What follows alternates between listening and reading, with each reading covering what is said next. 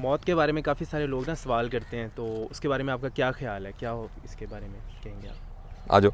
हाँ, ये बात सही है। मैं वो देख रहा था अपना जो इनबॉक्स, तो उसमें बहुत सारे सवालात थे कि जी मौत, कुछ ने कहा मौत से डर लगता है, कुछ ने ये कहा कि जो ये बताइए मौत के बाद क्या होगा, और कुछ ने ये भी कहा कि ये बताइए कि हम हर वक्त मौत का खौफ रहता है, और जिसकी वजह से कभी कभी एक वो किसी बच्ची ने ये कहा कि जी मैं रात को ना उठ जाती हूँ, मुझे ऐसे लगता है कि मैं मरे। तो ये एक बड़ा ज़बरदस्त आपने एक सवाल पूछा है। तो मैं आपसे अर्ज़ करना चाहता हूँ कि अब्दुल्ला, जिस दिन आप पैदा हुए थे ना और मैं पैदा हुआ था, तो उस वक्त तक हमें, हमारे पेरेंट्स को ये नहीं पता था कि अब्दुल्ला जो है वो आईटी का एक्सपर्ट बनेगा और जावेद डॉक्टर बनेगा। उनको ये नहीं पता था कि हम किस शहर में रहेंगे, उनको ये नहीं पता था कि हमारी जो है कितने मेरे पास पैसे होंगे, मैं कौन सी गाड़ी ड्राइव करूँगा, मेरी शादी किसके साथ होगी, मेरे कितने बच्चे होंगे। इस तरह की कोई बात मेरे पेरेंट्स को नहीं पता थी। लेकिन मेरे पेरेंट्स को ना एक बात अलबत्ता पक्की पता थी, और वो ये थी कि इसने मर जाना है। उन्होंने ये कहा नहीं होगा, लेकिन ये बात उनको पक्के पता थी कि हमने मर जाना है। तो मौत तो बुनियादी तौर पर हमारी ज़िंदगी का बिल्कुल ऐसे ही है जैसे एक कॉइन का हेड एंड टेल होता है। आपने कॉइन देखा ना, उसमें हेड होता है और पीछे टेल होती है। अच्छा, अब कोई ऐसा सिक्का आप देख सकते हैं जिसका हेड हो और नीचे टेल ही ना हो? नहीं, ऐसा कोई नहीं। अच्छा, लेकिन जब आपको नज़र आ रहा होगा तो हेड नज़र आ रहा होगा। तो इस तरह जब हम जिंदा है ना, तो हमें तो ज़िंदगी नज़र आ रही है, बिल्कुल। हमें तो ज़िंदगी नज़र आ रही है। लेकिन इसका जो दूसरा साइड है वो डेथ है, और वो पार्ट है, ज़िंदगी का हिस्सा है डेथ। तो एक बात तो बड़ी समझ में हमें आ जानी चाहिए कि डेथ तो इनएविटेबल है। आप देखें ना, आप हिंदू हैं, मुसलमान हैं, आप एथीस्ट हैं, आप कोई किसी मज़हब को मानने वाले नहीं हैं, आप किसी, तो आप कई चीज़ों पर आप बिलीव करेंगे, कई चीज़ों पर नहीं बिलीव करेंगे। कोई कहेगा जन्नत है, कोई कहेगा जहन्नुम नहीं है, कोई खुदा की वजूद के बारे में लोग मुख्तलिफ करें। लेकिन एक ऐसा अकीदा है कि जिसके बारे में किसी को कोई शक नहीं है, वो ये कि हमने मर जाना है। बिल्कुल। और दूसरा ये देखिए कि जब हम मरेंगे ना, तो मेरा और आपका या किसी का भी मरना कोई अनहोना वाक़या नहीं होगा। वो that will not be something, कोई एक्स्ट्रा ऑर्डिनरी इवेंट नहीं होगा, और वो बिल्कुल आम सा एक वाक़या होगा। और वो ऐसे वाक़यात रोज़ आज भी काफ़ी सारे लोग लाखों में हुए होंगे। तो लिहाजा मौत के बारे में पहला तो ये समझना बहुत ज़रूरी है कि इससे तो कोई मुफर है ही नहीं, ये तो आनी ही आनी है। और इसको जब हम कह रहे होते हैं, इवन कहने वाला भी ये समझ रहा होता है कि मैं कह तो रहा हूं कि मौत आनी है, लेकिन अभी नहीं, अभी आनी मेरी, अभी अभी मुझे कुछ नहीं होने वाला। और ये औरों के लिए कहा जा रहा है ना, ये और हैं कोई जिन्होंने मरना है, तो मेरा तो अभी कोई, अभी शायद मैं ना ही मरूं, या अभी खैर देखी जाएगी। तो पहला तो मैं जिन लोगों ने ये सवाल पूछा ना, उनसे मैं यही कहूँगा, सबसे पहले तो अपने पक्का यकीन दिल में कर लें कि हमने एक दिन मर जाना है। अच्छा, दूसरा ये कर लें, अहम बात सोचने की, वो ये है कि मौत से खौफजदा हमने नहीं होना बिल्कुल। वो इसलिए कि हम खौफजदा उस चीज़ से होते हैं जिसका हमें पता ना हो। एक कमरा है, वो अंधेरा कमरा है, तो हम कहते हैं यार मैं इसके अंदर कैसे जाऊँगा। तो मौत भी इसी तरीके से एक दरवाज़ा है जिसके अंदर हमें पता नहीं है कि क्या है, जिसकी वजह से हम डर रहे हैं। और वो न सिर्फ हमारे कम इल्मी की वजह से, ना जानने की वजह से ना हम डर रहे हैं। अदरवाइज़ और कोई ऐसा बंदा नहीं है जो कि मरा हो और उसके बाद वापस आके उसने बताया हो कि भाईजान बड़ी डरने की बात है, वो तो बड़ा खौफनाक गाल है। ऐसा कोई वाक़या नहीं हुआ। और कोई ऐसा वाक़या नहीं हुआ कि बंदा आया और आके उसने कहा हो कि नहीं परेशानी की कोई बात नहीं, वहाँ तो ज़बरदस्त है, वो तो ये प्रॉब्लम ही कोई नहीं है। तो इसलिए वहाँ जो कुछ होने वाला है वो बुनियादी तौर पर कुछ ऐसा अनहोना होने वाला है, ऐसा कोई तिलिस्माती चीज़ होने वाली है जो मेरे और आपके वहमो गुमान से भी बढ़कर है। और एक बात मैं बीइंग अ डॉक्टर आपको ये बता रहा हूँ, वो ये है कि इस वक्त ये दरख्त सब्ज़ हैं और ये परिंदे चहचहा रहे हैं, आप मेरे साथ बात कर रहे हैं। आप कौन हैं? अब्दुल्ला कौन है?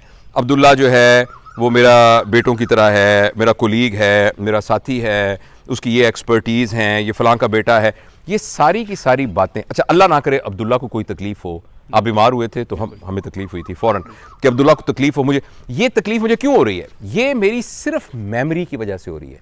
मेरे दिमाग में एक याददाश्त है जिसकी वजह से आप मेरे दोस्त हैं, जिसकी वजह से मेरे बच्चे हैं, मेरी बीवी है, मेरे वालिदैन थे, मेरे बहन भाई हैं, मेरा मुल्क है, मेरा दीन है, मेरा मज़हब है, ये सब चीज़ें ये मेरी मेमोरी की वजह से है, मेमोरी की वजह से।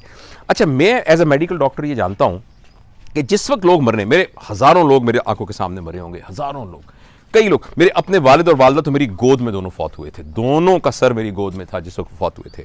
और वैसे तो बहुत सारे मरीज़ हमने यानी देखे हैं अपनी ज़िंदगी के अंदर कि जो हमारी आंखों के सामने फौत हुए हैं। तो जिस वक्त बंदा फौत होने लगता है तो उसके फौत होने से थोड़ी देर पहले उसका जो हार्ट है ना, वो उसका काम कम होना शुरू हो जाता है, और जो दिल की ब्लड सप्लाई है वो कम होनी शुरू होती है। जब दिल की ब्लड सप्लाई ब्रेन को कम होती है तो जो सबसे पहले ब्रेन से चीज़ जाती है वो कॉन्शियस लेवल जाता है। तो मैं आपको अपने मेडिकल नॉलेज की बुनियाद पर पूरे यकीन से ये कह सकता हूं कि डेथ का जो ही प्रोसेस शुरू होता है तो इर्द गिर्द का एहसास टोटल ख़त्म हो जाता है। यानी अगर मेरा कॉन्शियस लेवल ऑफ हो जाए तो मुझे नहीं पता लगेगा कि अब्दुल्ला कौन है और अब्दुल्ला से मेरा क्या रिलेशनशिप है, और लिहाजा अब्दुल्ला को खुशी मिलती है, गमी मिलती है, इसका मुझे इससे कोई फ़र्क नहीं पड़ता क्योंकि मेरा कॉन्शियस लेवल ऑफ हो गया। तो एक बात तो मैं आपको यकीन मेडिकल नॉलेज के तौर पे कहता हूं कि जिस वक्त हम मरने लगेंगे ना, उस वक्त तक हमें पेन शेन तो दुख तकलीफ अजियत ये इन चीज़ों से तो हम टोटली आज़ाद होंगे। अच्छा, उसके बाद जो ही हमारा ब्रेन जो है, यहीं बैठते हैं, उसके बाद जो ही हमारा ब्रेन जो है वो डेड होगा, ब्रेन हमारा डेड हो जाएगा, तो उसके बाद तो बेसिकली हमारी जितनी मेमोरी थी, जो हमारे एहसासात थे, जो हमारे ख्यालात थे, वो सारे के सारे तो ख़त्म हो जाएंगे। जब वो ख़त्म हो जाएंगे तो इस दुनिया के साथ तो जितने हमारे कनेक्शन थे वो तो थे ही हमारे मेमोरी की बुनियाद पर। लिहाजा उस जगह पर जो जावेद इकबाल होगा या जो अब्दुल्ला होगा, उसका जो कॉन्टेक्स्ट होगा ना पूरी एनवायरनमेंट के साथ, वो टोटली इस कॉन्टेक्स्ट से टोटली डिफरेंट होगा। वो किस लेवल पर आप हैप्पीनेस को परसीव करेंगे, किसको आप एग्नी को परसीव करेंगे, किस लेवल के ऊपर आप जो है आपको पेन को रिसीव करेंगे, रिलेशंस को, वो टोटली इस कॉन्टेक्स्ट से टोटली डिफरेंट होगा, बिल्कुल मुख्तलिफ होगा। तो लिहाजा ये तो मुझे पक्का यकीन है कि जिस तरह के यहाँ के एहसासात और जज्बात हैं, ख्यालात हैं, वो उससे हम बियॉन्ड किसी जगह पर होंगे। अच्छा, कैसे होंगे?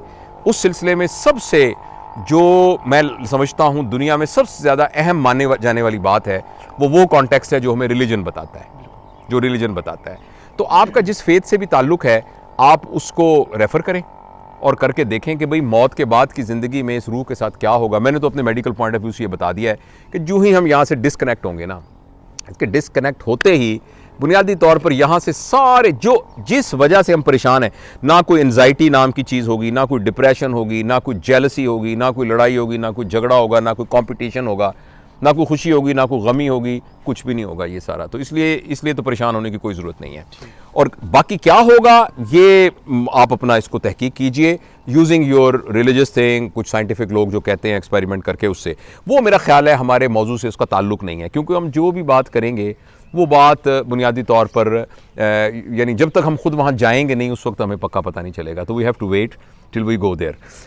अगली बात जो मैं कहना चाहता हूँ वो ये कहना चाहता हूँ कि ये सारी बातों से हमें कोई खौफ पैदा होने की बजाय या इन सारी बातों से हमें एक तरह की एंजाइटी पैदा होने की बजाय हमारे अंदर एक बहुत ज़बरदस्त पॉजिटिविटी पैदा होनी चाहिए।